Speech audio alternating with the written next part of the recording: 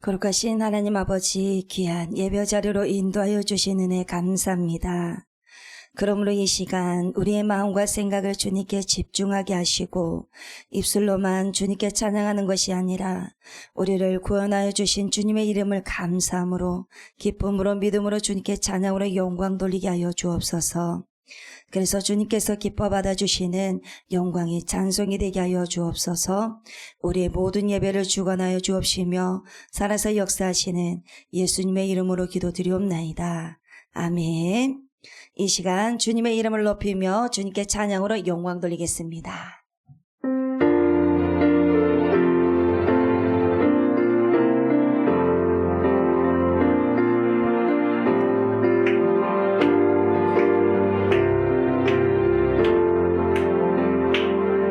세상의 유혹 시험이 내게 몰려올 때에 나의 힘으론 그것들 모두 이길 수 없네.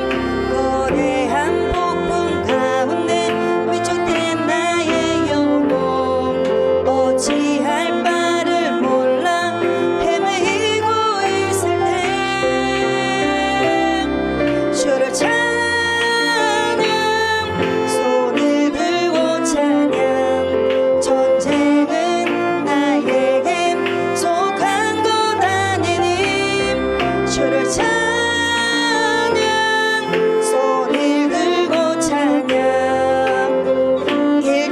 세상의 유혹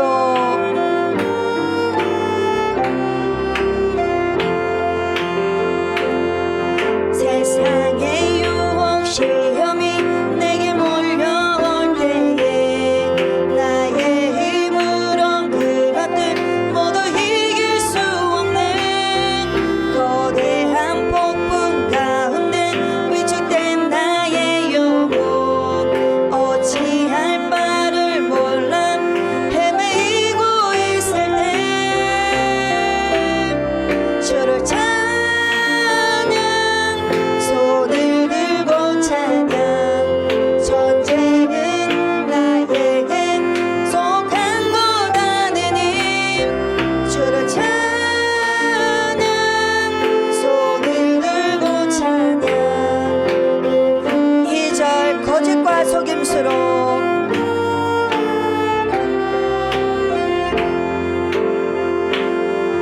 거짓과 속임수로 가득 찬 세상에서 어디로 갈지 몰라 머뭇거리고 있네. 공중의 권세 잡은 자 지금도 우리들을 실패와 절망으로 넘어뜨리려 하네. 주를 손을 들고 찬양 전쟁은 나에게 속한 것 아니니 주를 찬양 손을 들고 찬양 2절 거짓과 속임수로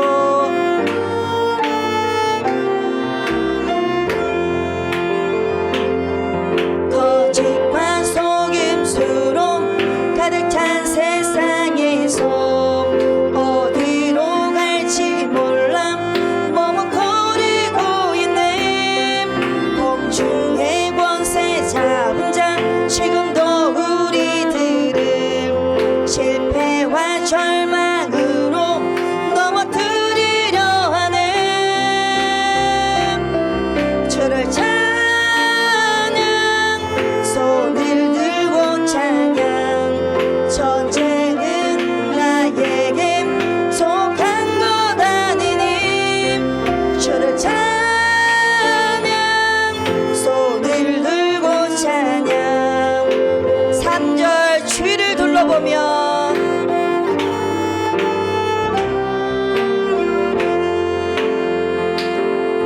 주위를 둘러보면 아무도 없는 듯 믿음의 눈을 들면 보이는 분 계시네. 지금도 내 안에서 역사하고 계시는 사망과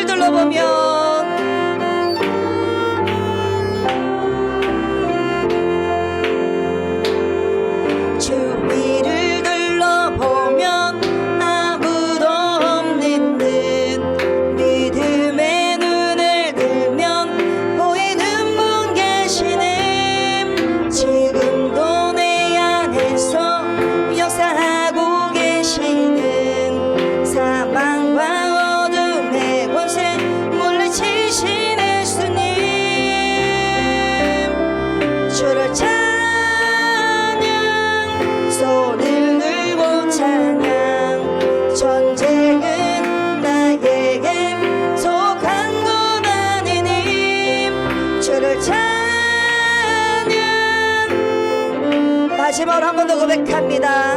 3절 주위를 둘러보면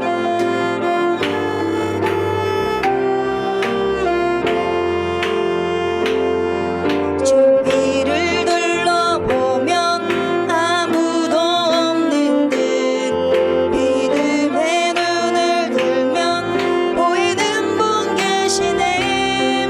지금도 내 안에서 역사하고 계시는 사망과 어둠의 권세 물리치신 예수님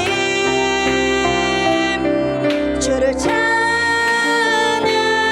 손을 들고 찬양. 전쟁은 나에게 속한 것 아느님 주를 찬양. 손을 들고 찬양. 전쟁은 하나님께 속한 것이니. 아멘.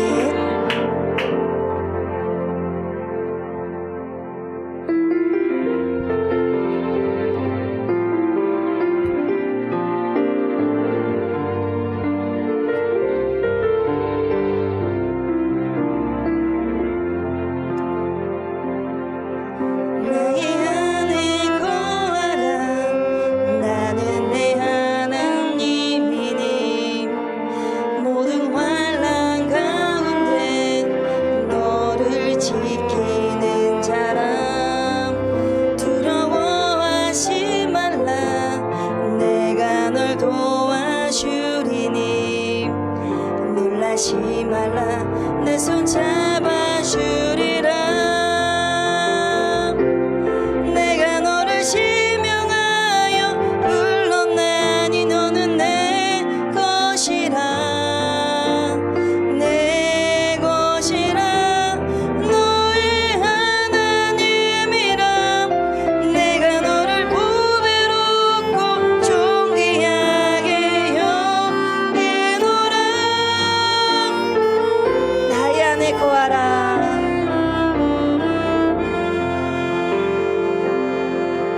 나의 안에 거하라. 나는 내 하나님이니 모든 환난 가운데 너를 지키는 자라. 두려워하지 말라. 내가 널 도와주리니 놀라지 말라.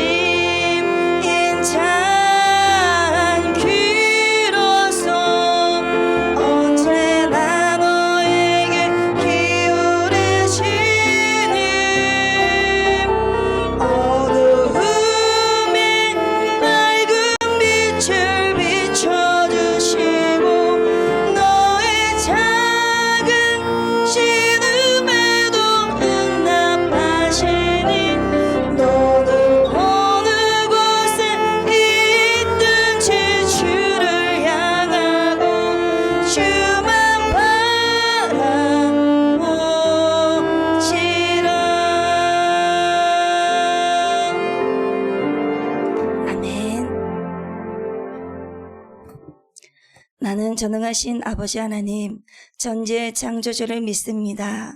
나는 그의 유일하신 아들, 우리 주 예수 그리스도를 믿습니다.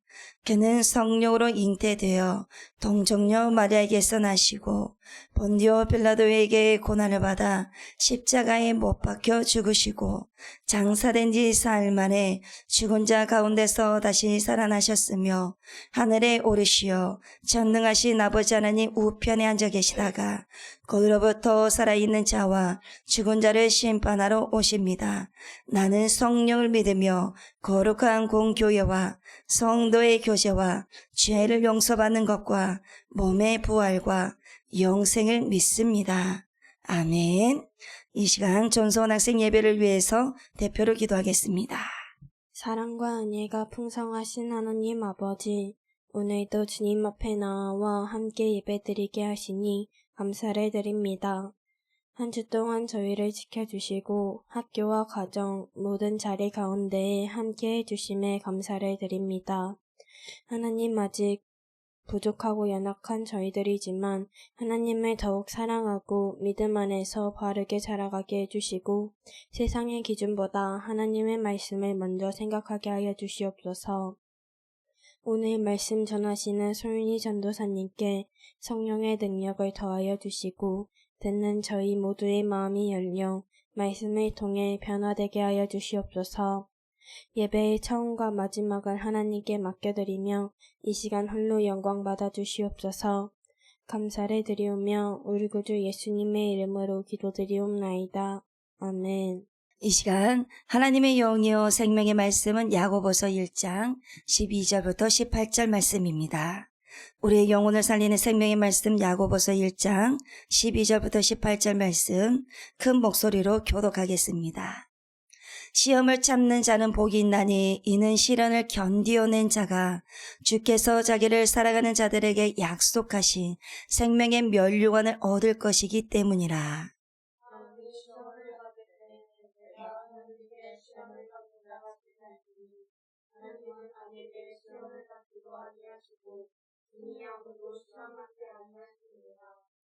오직 각 사람의 시험을 받는 것은 자기 욕심에 끌려 미혹됨이니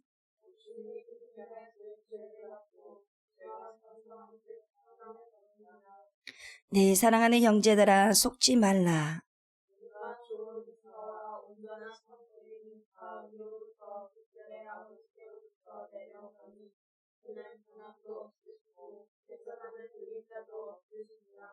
그가 그 피조물 중에 우리로 한 천 열매가 되게 하시려고 자기의 뜻을 따라 진리의 말씀으로 우리를 낳으셨느니라.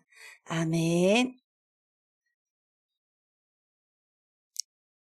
함께 인사 한번 나눠볼까요? 함께 예배하며 참 행복합니다. 함께 예배하며 참 즐겁습니다. 이 시간도 하나님의 말씀으로 많은 은혜 되시길 바랍니다. 여러분은 시험이라는 말을 들으며 가장 무엇이 먼저 떠오릅니까? 아마 대부분은 학교 시험이 떠오를 것입니다. 중간고사, 기말고사, 수행평가가 생각날 것입니다. 그런데 성경에서 말하는 시험은 공부 시험만을 말하는 것이 아닙니다. 친구들과의 관계에서 오는 어려움, 그리고 게임이나 스마트폰의 유혹, 거짓말하고 싶은 마음, 남들과 비교하면서 생기는 질투, 부모님과의 갈등, 신앙생활을 하면서 찾아오는 고민들, 이런 것들도 모두 믿음의 시험이 될 수가 있습니다. 오늘 본문이 기록된 야고보서는 예수님의 육신의 동생인 야고보가 기록했습니다. 예수님이 십자가에 달려 돌아가시기 전까지만 해도 야고보는 예수님을 믿지 않았습니다. 그러나 부활하신 예수님을 만난 후 완전히 변화되었고 초대교회의 지도자가 되었습니다. 야고보서는 특별히 흩어져 살아가던 유대인 그리스도인들에게 보낸 편지입니다.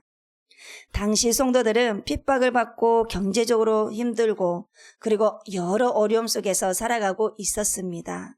그런데 야고보는 그들에게 단순히 힘내라고만 말하지 않았습니다. 진짜 믿음은 삶으로 나타나는 것이다. 믿음이 있다면 말만 아니라 행동으로 나타나야 한다라고 가르쳐 줍니다. 그래서 야고보서를 어떤 사람들은 이렇게 말합니다. 행함이 있는 믿음인 채 실천의 복음서라고 부르기도 합니다. 오늘 본문에서도 야고보는 시험에 대해서 이야기를 하고 있습니다. 그런데 우리가 잘 알아야 할 것이 있습니다. 성경에서 시험은 두 가지의 의미가 있습니다. 하나는 하나님께서 믿음을 성장시키기 위해서 허락하시는 시련입니다. 또 하나는 사탄이 우리를 넘어뜨리기 위해서 가져오는 유혹입니다. 오늘 본문은 특별히 죄를 짓게 만드는 유혹에 대해서 이야기를 하고 있습니다.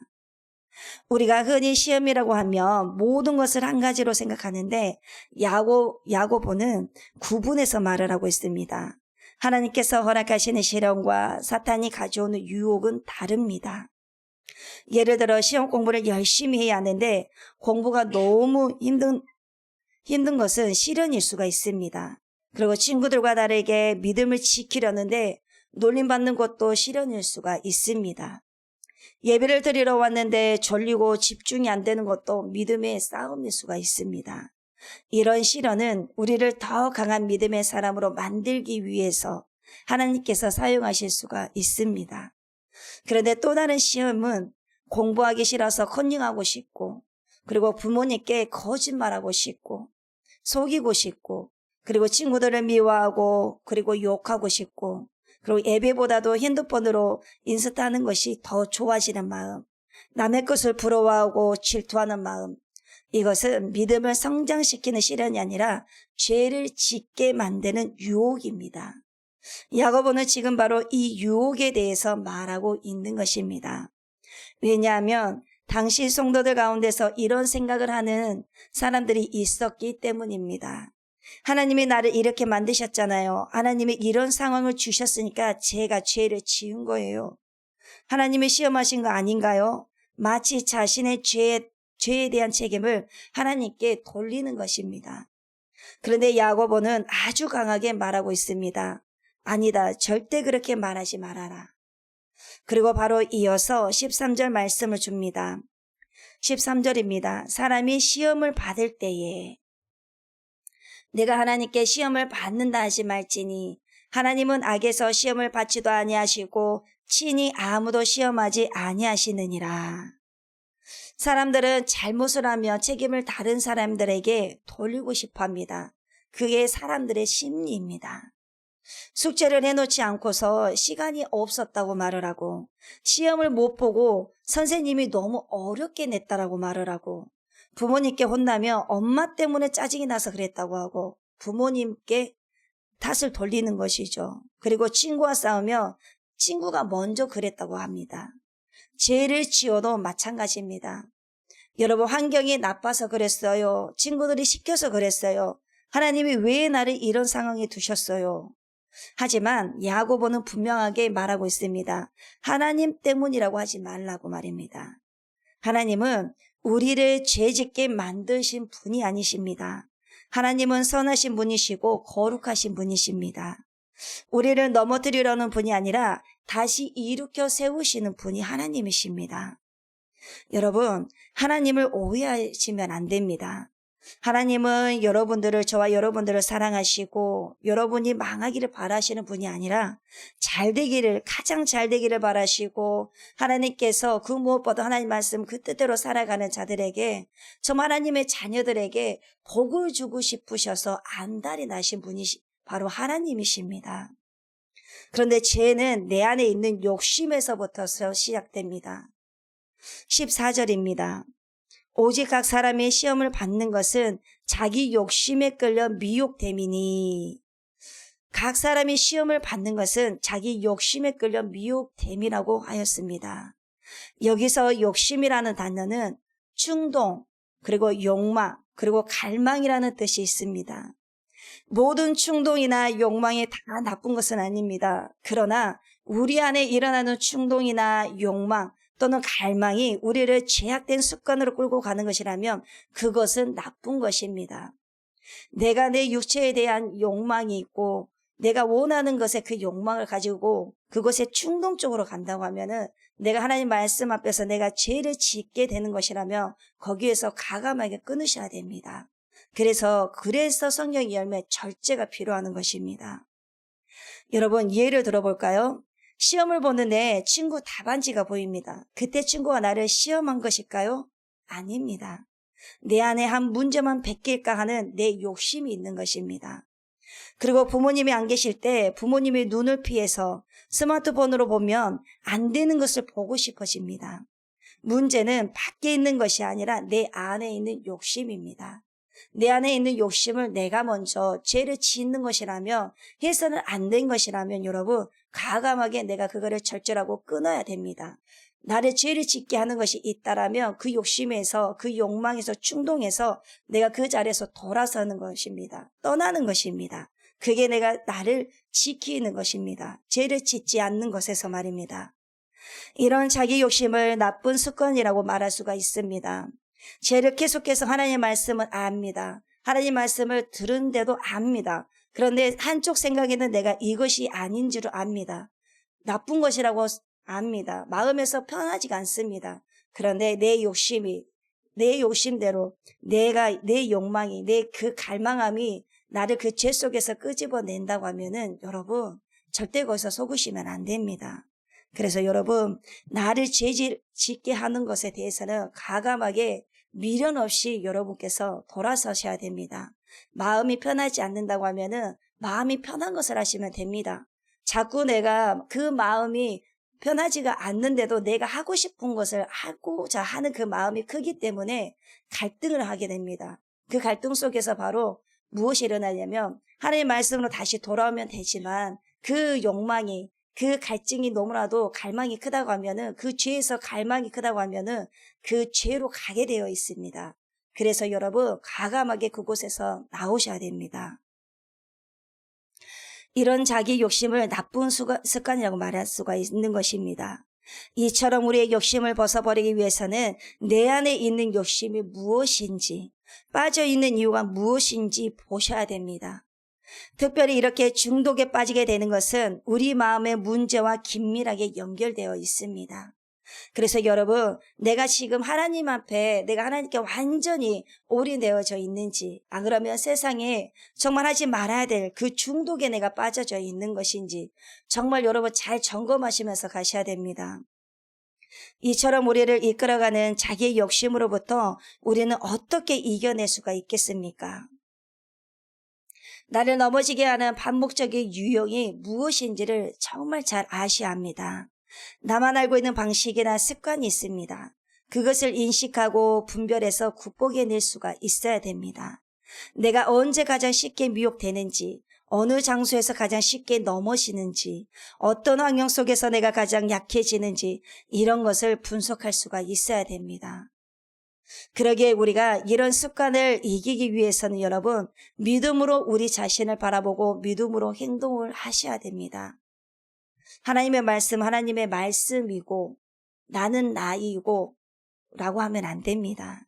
그럴 때 우리는 이런 잘못된 습관과 다시 말하면 자기 욕심을 이기게 될 것입니다. 여러분 사탄은 그 욕심을 이용합니다. 우리의 그러한 욕심의 생각까지 가지고 이용을 합니다.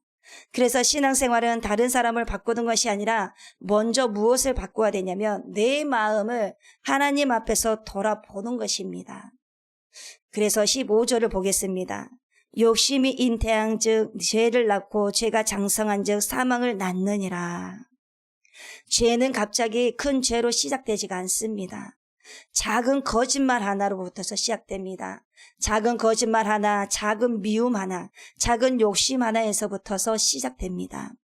다윗도 처음부터 살인을 하려고 했던 것이 아닙니다. 처음에는 밧세바를 바라보았습니다. 그런데 욕심이 생겼습니다. 욕심이 죄를 낳았습니다. 결국 죄가 커져서 큰 죄가 되고 말았습니다. 여러분, 죄는 처음에는 별것 아닌 것처럼 보입니다.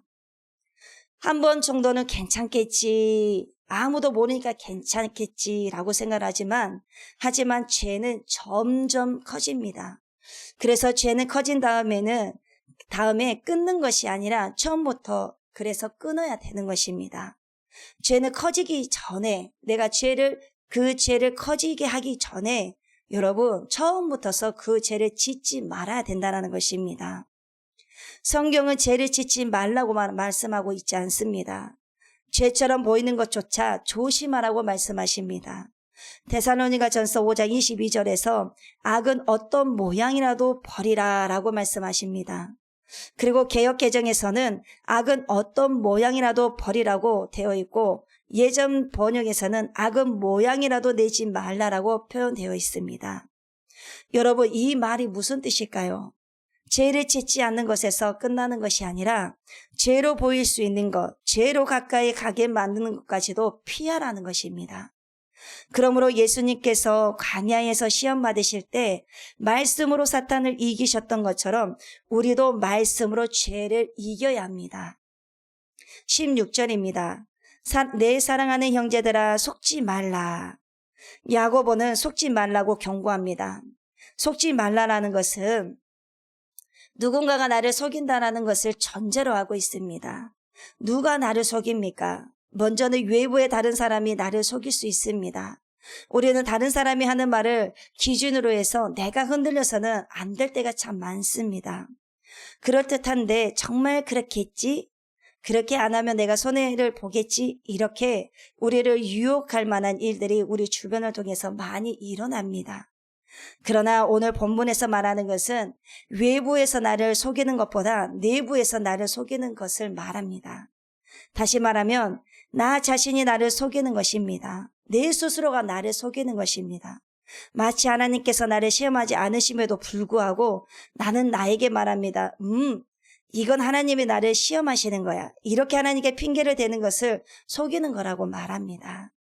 그래서 그런 소리에 속지 말라는 것입니다. 우리는 자신을 분명히 바라보며 살아가야 됩니다. 내 안에서 끊임없이 올라오는 나를 속이는 말들로 붙어서 정욕으로 붙어서 이성으로 붙어서 정신을 차리고 보아야 됩니다. 나에게 내가 속을 때는 어떤 경우입니까? 나쁜 줄 알면서도 스스로에게 괜찮다라고 말하는 것입니다. 자기를 속이는 것입니다. 한 번쯤인데 어떠냐고 말하는 것도 자기를 속이는 것입니다. 내 일은 내가 이겨낼 수 있어. 내 일은 안 할 거야. 오늘까지만 할 거라고 말하는 것도 자기를 속이는 것입니다. 그렇다면 여러분이 가장 많이 속는 것이 무엇입니까? 사탄은 우리에게 이렇게 말합니다. 예배 한번 빠져도 괜찮아. 기도 안 해도 괜찮아. 말씀 보지 않아도 괜찮아. 말씀 뜻대로 살아가지 않아도 괜찮아. 그냥 교회만 왔다 갔다 해도 괜찮아.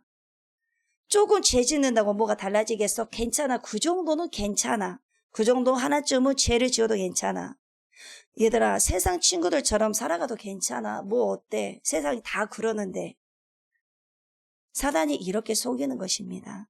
하지만 하나님은 말씀하십니다. 뭐라고 말씀하십니까? 속지 말라고 말씀하십니다. 죄는 행복을 주는 것처럼 보이지만 결국 우리를 무너뜨립니다. 영혼육을 무너뜨립니다. 우리의 삶 모든 것을 무너뜨립니다. 반대로 하나님은 우리를 힘들게 하는 분처럼 느껴질 때가 있지만 사실 가장 좋은 것을 주시는 분이 바로 하나님이십니다. 17절입니다. 온갖 좋은 은사와 온전한 선물이 다 위로부터 빛들의 아버지께로부터 내려오나니. 마지막으로 이런 거짓들로부터서 속지 않기 위해서는 우리의 기준이나 인정받는 것이나 가치는 위로부터 내려와야 합니다. 16절에서 속지 말라고 말씀하시면서 17절에는 왜 우리가 속지 말아야 하는가를 설명하고 있습니다. 하나님 때문에 시험을 받는다. 하나님이 우리를 시험하신다고 하는 말에 속지 말아야 합니다. 왜냐하면 우리 하나님은 좋은 것을 주시는 분이시기 때문입니다. 하나님은 우리에게 좋은 것을 주시려는 마음은 절대로 변함이 없습니다. 너무너무 주고 싶으십니다. 그런데 우리가 받을 만한 준비가 되지 못하기 때문에 주고 싶으셔도 주춤거리고 계시는 거예요, 여러분. 그 마음은 환경에 따라서 움직이지 않습니다. 하나님의 절대적으로 완전하신 성품이 우리를 온전히 덮고 있기 때문입니다. 또한 하나님은 우리를 낳으신 분이라고 말씀합니다. 이처럼 우리를 새 생명으로 낳으신 하나님은 성도들을 죄 가운데로 몰아 넣으시는 분이 아니십니다. 하나님은 우리를 죄로부터 벗어나도록 인도하시는 분이십니다. 그래서 하나님의 말씀을 저와 여러분들에게 주신 것입니다. 그러기에 우리는 잘못된 습관이 나를 사로잡고 있다는 것을 발견하였을 때 가장 먼저 하나님께 도움을 구하는 기도를 드려야 됩니다. 우리의 힘으로는 끊을 수가 없습니다. 우리가 얼마나 연약한지를 여러분들 잘 보셔야 됩니다. 하나님께 주님께 기도로 통해서 우리가 그 힘을 얻어서 주님이 주시는 그 힘과 능력을 가지고 우리가 그 죄에서 멀어질 수가 있습니다. 하나님의 성품을 묵상하거나 그리고 하나님이 지금 일하고 계심을 묵상하는 것이 도움이 됩니다. 지금도 하나님께서 나와 함께 하시고 나의 모든 삶을 돌보고 계심을 고백할 수가 있어야 됩니다. 여러분이 가진 것 가운데 하나님께서 주신 것이 아닌 것은 하나도 없습니다. 잘 생각해 보십시오. 우리가 이 자리에 온 것도 오늘 또 우리에게 생명이 있는 것도 하나님께서 호흡을 주셨기 때문에 우리가 이렇게 살아서 이 땅에서 살아서 하나님께서 하나님 안에 거할 수 있도록 예배의 자리로 인도해 주신 것입니다. 내가 살고 싶어서 있는 것이 아니라 내가 오고 싶어서 올 수 있는 것이 아닙니다. 여러분 생명도 하나님께서 주셨습니다. 그리고 저와 여러분도 여러분의 가정도 하나님께서 주셨습니다. 친구도 하나님께서 주셨고 교회도 하나님께서 주셨습니다. 그리고 가장 큰 선물은 저와 여러분들에게 예수님을 주신 것입니다. 우리가 죄 가운데 죽어 있을 때 하나님께서는 독생자 예수님을 보내셔서 십자가에서 죽게 하셨습니다. 우리를 사랑하시기 때문입니다. 그러므로 18절은 이렇게 말씀합니다. 자기의 뜻을 따라 진리의 말씀으로 우리를 낳으셨느니라. 우리는 말씀으로 거듭난 하나님의 자녀입니다. 그러므로 여러분 시험이 올 때 하나님을 원망하시지 마시기 바랍니다. 넘어졌을 때 하나님 때문이라고 말하지 마세요. 오히려 하나님께 나아가시기 바랍니다. 하나님 앞에 더 힘들수록 내가 더 괴로울수록 하나님 앞에 더 나아오시길 바랍니다. 기도를 붙드시고 말씀을 붙드시기 바랍니다. 혼자 싸우려고 하지 말고 예배의 자리로 나오십시오. 친구들과 비교하지 말고 하나님을 바라보십시오. 왜냐하면 하나님은 여러분을 넘어뜨리시는 분이 아니라 끝까지 붙드시는 아버지이시기 때문입니다. 여러분 혹시 지금 죄와 싸우고 있습니까? 혹시 아무도 모르는 고민이 있습니까? 혹시 신앙생활이 힘들고 지쳐 있습니까? 오늘 하나님께서 여러분에게 말씀하십니다. 내 사랑하는 자녀들아 속지 말라. 세상은 너를 넘어뜨리려고 하지만 하나님은 너를 붙들어 주신다. 사탄은 죄로 이끌지만 예수님은 생명으로 인도하신다. 욕심은 사망을 낳지만 하나님의 말씀은 생명을 낳는다. 라고 말씀하고 있습니다. 여러분 오늘 야고보는 두 길을 보여주고 있습니다. 하나는 욕심을 따라가는 길이고 다른 하나는 하나님의 말씀을 따라가는 길입니다. 여러분 사탄은 죄로 이끌지만 예수님은 생명으로 인도하십니다. 사탄은 언제나 우리에게 쉬운 길을 보여줍니다. 그래서 처음에는 별것 아닌 것처럼 보이지만 사탄은 절대 죄의 결과를 보여주지 않습니다. 죄의 시작은 보여주지만 끝은 보여주지 않습니다. 미끼는 보여주지만 낚싯바늘은 숨깁니다. 달콤함은 보여주지만 상처는 감춥니다. 그래서 많은 사람들이 속는 것입니다. 하지만 예수님은 다르십니다. 예수님은 우리를 죄의 길이 아니라 생명의 길로 인도하십니다. 때로는 말씀이 부담스럽게 느껴질 수도 있습니다. 예배드리는 것이 귀찮을 수도 있습니다. 기도하는 것이 힘들 수도 있습니다. 말씀대로 사는 것이 손해보는 것처럼 느낄 수도 있습니다. 그러나 예수님께서 인도하시는 길에 그 끝에는 생명이 있습니다. 그리고 기쁨이 있고 평안이 있고 하나님과의 관계가 있고 영원한 천국의 소망이 있습니다. 그래서 예수님은 요한복음 14장 6절에서 이렇게 말씀하십니다. 내가 곧 길이요 진리요 생명이니. 예수님은 단순히 생명을 주시는 분이 아니라 생명 그 자체이십니다. 그리고 앞에서 말했듯이 야고보는 욕심은 사망을 낳지만 하나님의 말씀은 생명을 낳습니다. 15절에서 욕심이 잉태한 즉 죄를 낳고 죄가 장성한 즉 사망을 낳느니라고 말씀하십니다. 여러분 욕심의 끝에는 결국 무엇입니까? 사망입니다. 여기서 사망은 단지 우리의 육체의 죽음만을 말하는 것이 아닙니다. 하나님과 멀어지는 것입니다. 기도가 사라지는 것이고 예배가 재미없어지는 것이고 말씀이 들리지 않습니다. 마음이 점점 굳어져 갑니다. 감각이 없습니다. 이것이 영적인 죽음입니다. 앞에서 보았던 것처럼 18절에서 자기의 뜻을 따라 진리의 말씀으로 우리를 낳으셨느니라. 욕심은 죄를 낳고 죄는 사망을 낳습니다. 그런데 하나님의 말씀은 우리를 새롭게 낳습니다. 새 생명을 주십니다. 소망을 주십니다. 믿음을 주십니다. 그래서 여러분이 매주 예배를 드리는 이유가 무엇입니까? 말씀을 들은 이유가 무엇입니까? 성경을 읽는 이유가 무엇입니까? 단순히 교회 다니는 학생이 되기 위해서가 아닙니다. 하나님의 말씀은 죽은 영혼을 살리는 능력이 있기 때문입니다. 여러분이 스마트폰을 매일 충전하지 않으면 배터리가 방전되듯이 우리의 영혼도 말씀으로 채워지지 않으면 점점 힘을 잃어갑니다. 반대로 말씀을 가까이 하면 우리의 생각부터서가 먼저 바뀝니다. 마음이 바뀌고 우리의 삶이 바뀌게 되어 있습니다. 결국 인생이 바뀝니다. 그래서 여러분, 오늘 여러분은 어떤 소리를 더 많이 듣고 있습니까? 사탄이 주는 유혹의 소리입니까? 아니면 하나님 말씀이 들려주는 생명의 소리입니까? 유혹은 당장 달콤합니다. 너무 좋습니다. 맛있습니다. 하지만 그 끝은 후회뿐입니다. 여러분, 후회했을 때는 그때는 이제 이미 늦습니다. 말씀은 때로 부담스럽긴 하지만 그 끝은 생명입니다. 그러므로 욕심을 따라가지 말고 말씀을 따라가시길 바랍니다. 유혹을 따라가지 말고 예수님을 따라가시길 바랍니다. 사탄의 거짓말보다 하나님의 진리를 믿으시길 바랍니다. 그럴 때 하나님께서 여러분을 생명의 길로 인도해 주실 것입니다. 그러므로 끝까지 하나님을 신뢰하고 말씀을 붙들고 살아가는 믿음의 사람들이 되시기를 간절히 바랍니다. 아멘. 기도하시겠습니다. 사랑의 하나님, 오늘 야고보서 말씀을 통해 하나님은 우리를 넘어뜨리시는 분이 아니라 사랑으로 인도하시는 아버지이심을 배우게 하여 주신 은혜 감사합니다. 우리 안에 있는 욕심을 다스리게 하여 주시옵소서. 우리의 힘으로는 할 수가 없습니다. 죄의 유혹에 넘어지지 않도록 성령님께서 붙들어 주시기를 원합니다. 그래서 사탄의 거짓된 소리보다 하나님의 말씀에 귀를 기울이게 하여 주시옵소서.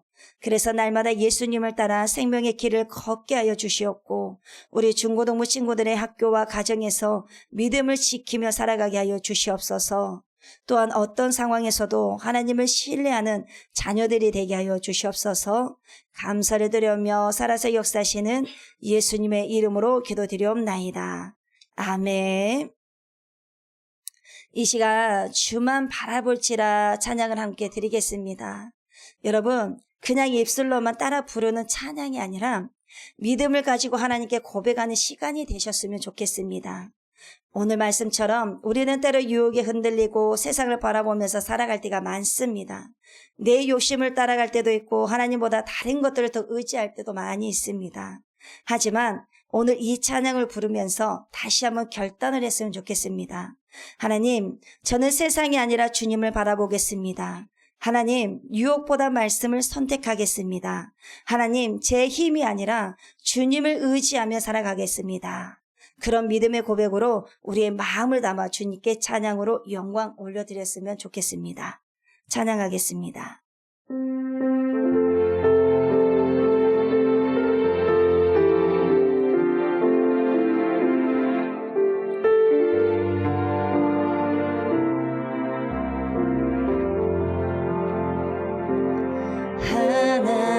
하나님의 사랑을 사모하는 자, 하나님의 평안을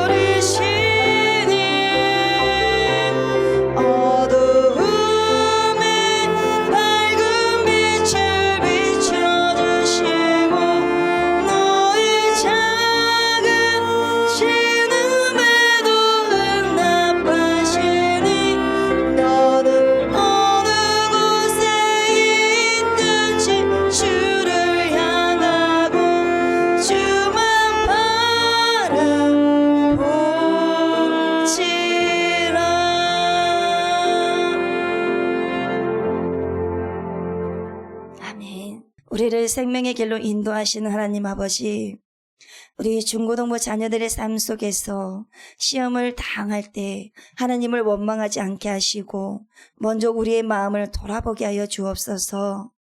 또한 욕심이 죄를 낳고 죄가 사망을 낳는다는 말씀을 기억하게 하시고 악의 모양이라도 멀리하는 믿음의 사람들이 되게 하여 주셔서 이 세대를 본받지 않고 오직 하나님의 뜻을 잘 알아서 스스로의 마음을 속이는 것이 아니라 스스로 마음을 새롭게 하여서 하나님의 그 말씀 뜻대로 살아가는 믿음의 사람들이 되게 하여 주시옵소서.